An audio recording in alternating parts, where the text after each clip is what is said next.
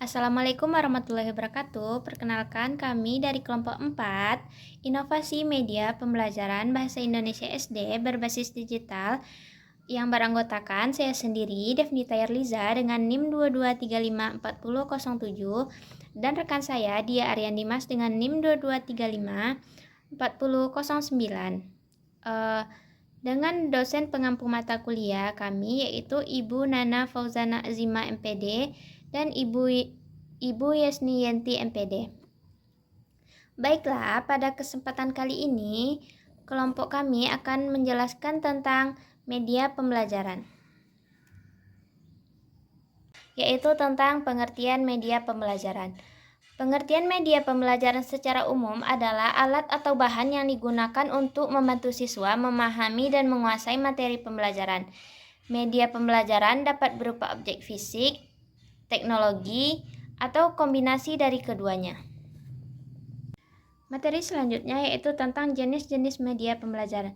Media pembelajaran dapat dikelompokkan menjadi beberapa jenis. Yang pertama, media visual. Media visual adalah media yang menggunakan indera penglihatan. Contoh medianya yaitu gambar, foto, ilustrasi, sketsa, diagram, peta, dan poster. Yang kedua, media audio. Media audio adalah media yang menggunakan indera pendengaran. Contoh medianya yaitu radio, tape recorder, dan telepon. Yang ketiga, media audiovisual. Media audiovisual adalah media yang menggabungkan antara media audio dan visual. Contohnya seperti televisi, video pendidikan, dan program slide suara. Yang keempat, media taktil. Media taktil adalah media yang menggunakan indera peraba. Contohnya patung, model, pameran, spesimen, percobaan, dan mainan. Yang kelima yaitu media virtual. Media virtual adalah media yang dikembangkan secara pesat. Contohnya internet, website, email, aplikasi pesan, dan konversi audio video. Yang keenam, media cetak. Media cetak adalah media yang mudah diperoleh. Contoh medianya yaitu buku, brosur, leaflet, modul, lembar kerja siswa, dan handout. Yang ketujuh, media serbaneka, yaitu media yang disesuaikan dengan potensi dari suatu daerah atau masyarakat. Contoh medianya yaitu papan tulis, media 3 dimensi, realita, dan sumber belajar dari masyarakat. Yang kedelapan, podcast. Media digital yang berupa rekaman audio yang dapat didengarkan secara terbuka. Selanjutnya yaitu fungsi media pembelajaran.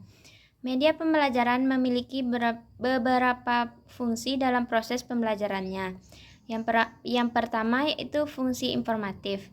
Media pembelajaran berfungsi sebagai sumber informasi dan pengetahuan bagi siswa.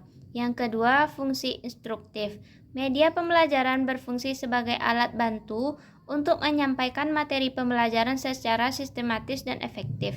Yang ketiga, fungsi motivasional.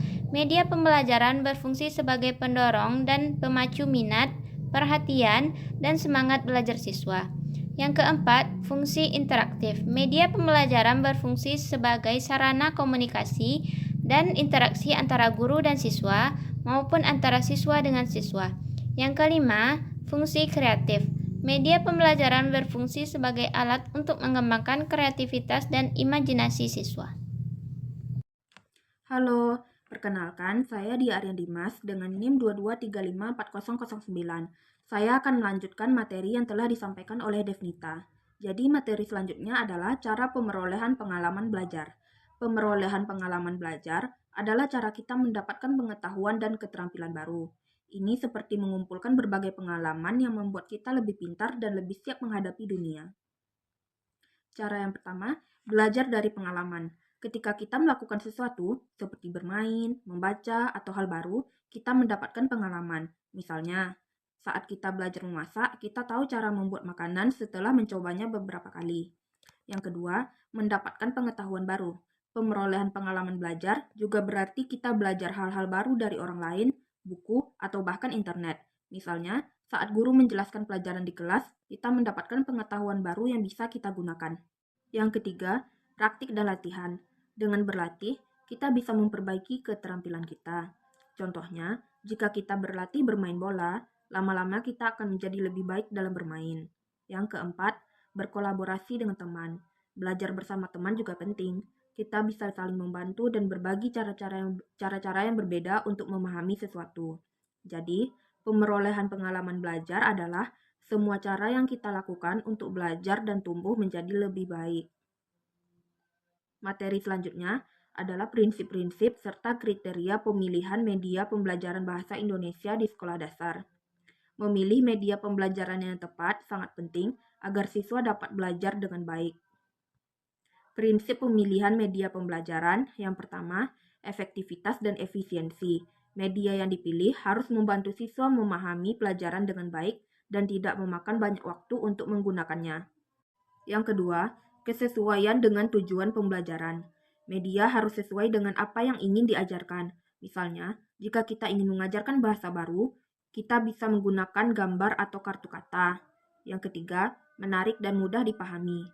Media harus menarik perhatian siswa sehingga mereka lebih semangat belajar. Selain itu, media tersebut juga harus mudah dipahami oleh anak-anak. Yang keempat, mendukung karakteristik siswa. Media harus disesuaikan dengan cara berpikir dan kebutuhan siswa. Misalnya, untuk siswa yang lebih suka belajar dengan melihat, kita bisa menggunakan video atau gambar. Selanjutnya, kriteria pemilihan media pembelajaran. Yang pertama, tujuan pembelajaran. Memilih media yang sesuai dengan tujuan pembelajaran yang ingin dicapai, seperti meningkatkan pemahaman bahasa atau keterampilan berbicara. Yang kedua, ketersediaan media. Pastikan media yang dipilih mudah didapat dan tersedia di sekolah. Yang ketiga, kemampuan guru. Guru harus bisa menggunakan media tersebut dengan baik. Jika guru tidak terbiasa dengan media tertentu, lebih baik memilih media yang lebih sederhana. Yang keempat, praktis dan tahan lama. Media harus mudah digunakan dan tahan lama agar bisa digunakan dalam waktu yang lama tanpa cepat rusak. Yang kelima, biaya. Memperhitungkan biaya penggunaan media. Pilih media yang efektif tetapi juga tidak terlalu mahal. Baiklah, mungkin hanya sekian dulu video pembelajaran tentang materi media pembelajaran dari kelompok kami. Sampai jumpa lagi. Bye-bye.